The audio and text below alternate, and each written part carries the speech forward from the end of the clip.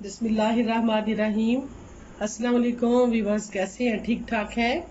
आज मैं आपके लिए लाई हूँ बड़े ही मज़े के क्रिस्पी बाइट, जो आप खाएंगे तो याद करेंगे। बच्चे तो बहुत ही खुश होंगे और उनको एंजॉयमेंट कराएं। मौसम भी बड़ा अच्छा हो रहा है। और चलिए जी बनाते हैं क्रिस्पी बाइट। स्पाइसी बाइट बनाने के लिए हमें जो इंग्रेडिएंट चाहिए वो ये हैं। ये सबसे पहले तो हम लेंगे मैदा।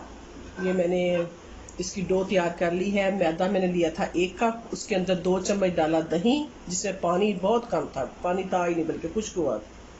और 1 चम्मच मैंने ऑयल डाला था और बाकी थोड़ा सा मैंने जीरा डाला है। और आधा कप छोटा जो है उसके दूध के साथ मैंने इसको गूंद लिया है। ये देखिए ऐसे डो होगी, ऐसे इतनी होगी, ऐसे तैयार कर ली। इसको मैंने 10 मिनट पहले गूंदा था ताकि ये रेडी हो जाए। ये खुश्क मैदा कुछ लिया इसको रोटी खाने के लिए। और बाकी हमने ये 2 आलू जो हैं इनको हमने बॉईल किया है और इसके अंदर मैंने 1 चम्मच केचप डाल दी है। इसको मैंने मैश कर लिया है आलूओं को। और इधर मेरे पास है वेजिटेबल। इसके अंदर है बंद गोभी और गाजर, शिमला मिर्च, सब्ज मिर्च, प्याज, और ये है धनिया और पुदीना। ये सारी जो मैंने इंग्रेडिएंट हैं ये मैंने बारीक बारीक काटनी है। और जो मसाले जाएंगे इसके अंदर वो है 1/2 टीस्पून नमक है, 1/2 टीस्पून ही सूखा धनिया है, और ये कुटी हुई मिर्च 1/2 टीस्पून है, 1/2 टीस्पून मैंने आमचूर लिया है, और 1/2 टीस्पून मैंने सूखी ये जो मेथी खुश्क होती वो ली है।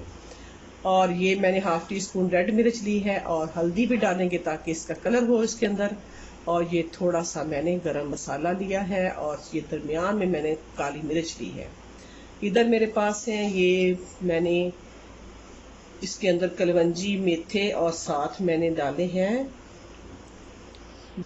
ये कलवंजी मेथे और साथ तिल है। ये तिल जो हो इसको मैं बाद में ऊपर लगाऊंगी। इनको देखते हैं क्या करते हैं। और एक मुझे अंडा चाहिए। तो चलिए शुरू करते हैं। अब मैं आलूओं का जो है उसके अंदर मैं ये सारे मसाले डालूंगी। और ये देखें, और इसके बाद मैं ये सारे वेजिटेबल डाल दूंगी और इनको हम अच्छी तरह से मैश कर लेंगे। मिक्स करके अच्छी तरह से हाथ के साथ करती हूँ ताकि अच्छी तरह से हो जाए। ये देखें, इसको मैश करके 2 मिनट के लिए रख देना। उतनी देर में हम अपनी एक बड़ी सी रोटी तैयार करते हैं। देखिए जनाब, मैंने सारा मवाद मिक्स कर लिया है। ये देखें, ये इतना ऐसा बन गया सॉफ्ट सा।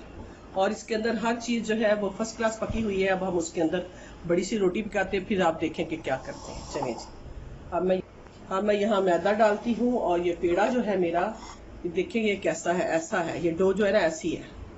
इसको मैं यहाँ रखूँगी और इसको हम पहले हाथ के साथ थोड़ा बड़ा करते हैं, उसके बाद हम इसको बेलन के साथ करेंगे और इसकी बड़ी सी रोटी पका लेते हैं।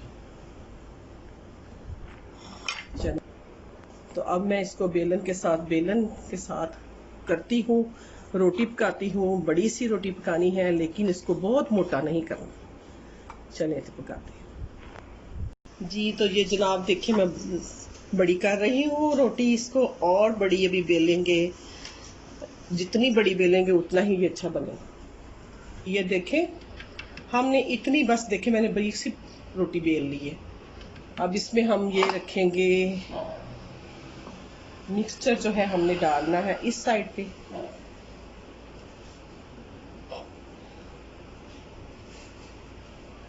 इधर डालेंगे इस तरह, और फिर हम इसको करेंगे रोल।